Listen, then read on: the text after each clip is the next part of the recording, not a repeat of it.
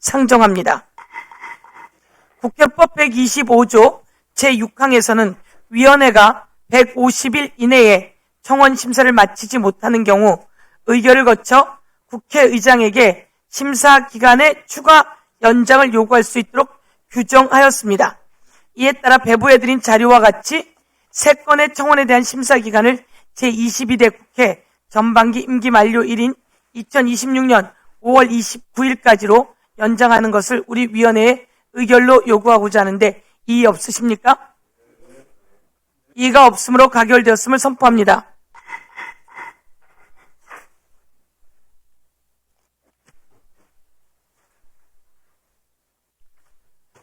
다음으로 의사일정 제2항 증인 고발의 건을 상정합니다. 이 안건은 국회에서의 증언 감정 등에 관한 법률 제14조, 제15조에 따라 2025년 9월 20일 검찰개혁 입법청문회 및 2025년 10월 14일 국정감사에 출석한 박상용 증인의 위증에 대하여 고발하고자 하는 것입니다.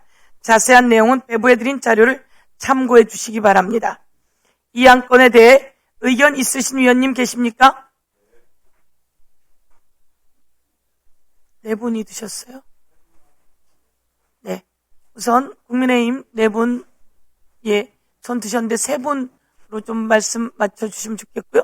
더불어민주당, 질의하실 분, 손 들어주십시오. 세 분, 그리고 우리 최혁준 의원님, 이렇게 네 분으로 전현 의원님과 그렇게 하도록 하겠습니다. 그러면 먼저 위원장석에서 가까운 순서대로 하도록 하겠습니다. 나경원 의원님, 토론해 주십시오. 토론 시간은 5분으로 하겠습니다. 자, 증인 고발의 건을 보면 저는 우리 옛말에 3인 성호라는 말이 있는데요. 저는 이거는 5인 살인이다. 5인 조작이다. 이렇게 보입니다. 여기서 이는 국가 권력기관들입니다. 대통령께서 3월 4일에 SNS를 올립니다. 뭐라 그랬습니까? 이 조작 수사 살인보다 더 나쁜 일이다라고 얘기했습니다. 자, 그리고 나니까 민주당의 국회, 우리 당은 모두 부표 던졌습니다. 민주당의 국회가 조작 기소 특위를 발족합니다. 이건 엄연히 직권남용입니다. 국회가 해서는 안 될 일을 하는 거죠. 왜? 그 조작 기소 특위의 목적은 공소 취소이기 때문에. 자, 그러고 나니까 세 번째로 2차 특검이 뭘 합니까? 쌍방울 사건과 관련된 여러 가지 진술 회유 의혹 사건은 본인들이 수사권이 있다고 어떤 근거도 없이, 아무런 근거도 없이 가져가 버립니다. 그리고 나서 엊그저께 조작 특위에서는 이제 국정원까지 동원이 되었습니다. 국정원이 한마디로 허위 진술을, 이종석 국정원장이 허위 진술을 해요. 이종석 국정원장이 어떤 사람입니까? 여러분들 잘 아시다시피 성남시 남북교류위 부위원장, 그리고 경기도 평화정책자문위원장을 이화영과 공동 자문위원장 한 사람입니다. 이 국정원까지 이번에는 동원이 됩니다. 그리고 5번째로 법무부가 직무정지를 합니다. 왜 이렇게 급할까? 결국 검찰을 팔비틀어서 공소 취소하기는 어려우니 2차 특검에서 공소 취소하게 만들려고 하는 것입니다. 2차 특검 활동 시한이 언제입니까? 5월 30일입니다. 이거 2번 연장해도 7월 30일 아닙니까? 그러니까 결국 2차 특검 끝나기 전까지 이 박상용 검사를 한마디로 고발해서 처벌받게 하고 그런 걸 증거로 해서 공소 취소하겠다는 거 아닙니까?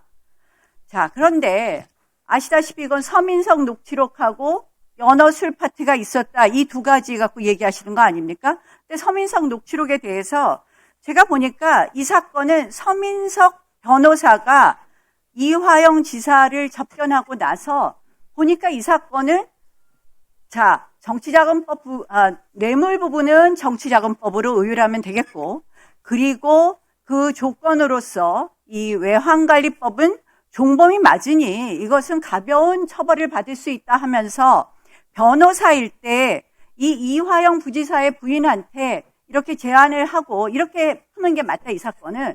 그래서 이화영 부지사가 판사 출신으로 거액의 수임료를 주고 선임했다고 하는 그런 녹취가 있습니다. 한번 들어보시죠. 제가 처음에 서민석 변호사님 만났을 때 자기는 그 뇌물죄는 자신 있다고 얘기를 해서 판사 출신이고 해서 제가 정말 다른 분보다 더 높은 보수로 이분을 채택을 했는데 네. 이 사람이 얘기를 하기를 외환관리법 같은 경우에는 자기가 본인이 네. 주범이 되면 안 되는 거지. 그리고 종범이 되면은 예. 김성태나 이화영이는 자유롭게 거기서 해결되고 다른 분이 이제 다 뒤집어 쓰는 것이고. 그러니까 이럴 때 이재명 대표가 다 뒤집어 쓰는 거죠. 그렇게 된.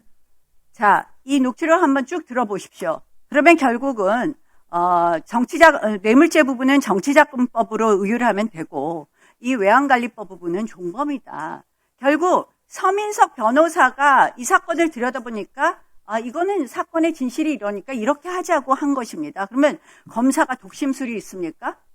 이걸 예상하고 이렇게 있습니까? 서민석 어떤 사람입니까? 지금 민주당의 청주시장 후보로 뛰고 있는 사람입니다. 그 사람이 보기에도 이 사건의 주범은 이재명 대통령이라고 본 겁니다. 자, 연어술 파티 부분은 이미 2심 재판에서 판단을 했습니다. 판결문 한번 읽어보십시오. 연어술 파티 했는데 연어회라도 많이 나온 줄 알았어요. 연어회덮밥, 연어도시락입니다. 49,100원 결제되었습니다. 한 그릇에 만 얼마 된다고 합니다. 그 다음에 여기 수원고등법원 판결문 보면 영상 녹화실에 큰 창이 있어서 내부를 훤히 볼 수 있는 구조다. 과연 이렇게 피고인이 주장하는 것 같은 회유가 있었는지 상당한 의구심이 든다. 그 다음 한번 보시죠. 자, 피고인의 정치인으로서의 경력, 연령, 학력 등을 고려해 봤을 때 영향을 받는다는 것도 쉽지 않고 이 사건 연어술 파티가 있었다고 하는 2023년 5월 29일 이전에 이미 수사기관 원심법정에서 이미 이화영 지사가 공소사실에 부합하는 취지의 진술, 한마디로 이재명 대통령이 주범이라는 진술을 했다는 그런 수원고등법원 판결문으로 이미 끝난 사건입니다. 그런데 오늘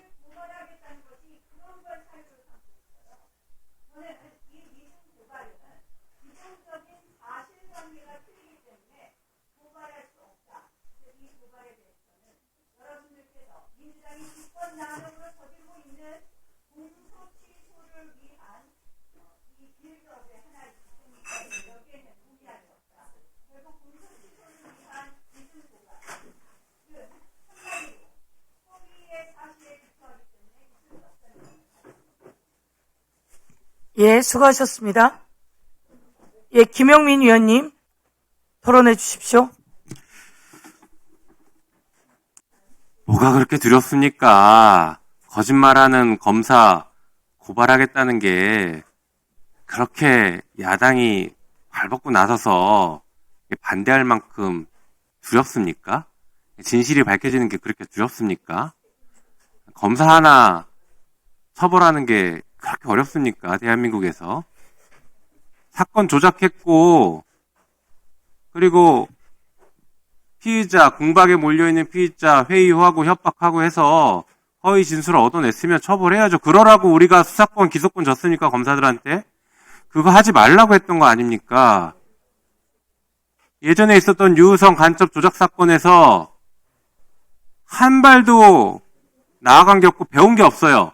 유우성 간첩 조작 사건, 해외 공문서, 중국 공문서 위조해서 그 법정에 버젓이 들이내서 무슨 일이 벌어졌습니까? 국가 망신 다 시켰고 대한민국 사법 시스템 다 망가뜨려 버렸지 않습니까? 그 일로 인해서 국정원은 대공수사권이 없어졌어요. 그런데 검찰은 뭐 했습니까? 아무것도 바뀌지 않았어요. 그때 등장했던 이시원이 지금 또 등장하고 있어요.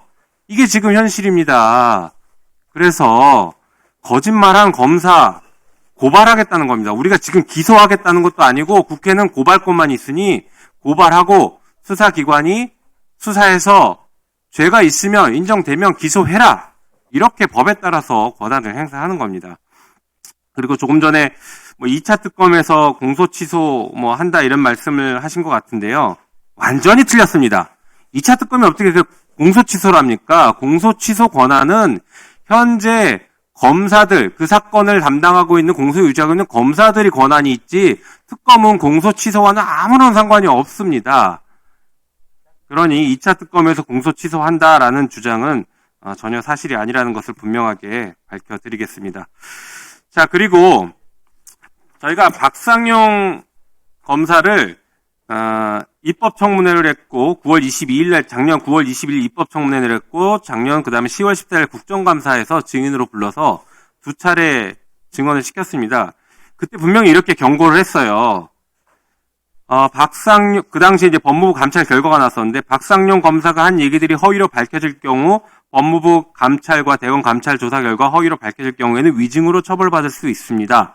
라고 저희가 분명하게 경고하고 진술을 받았습니다. 그럼에도 불구하고 거짓말을 했죠. 뭐 잘 아시는 것처럼 여러 가지 거짓말을 했습니다. 크게 3가지죠.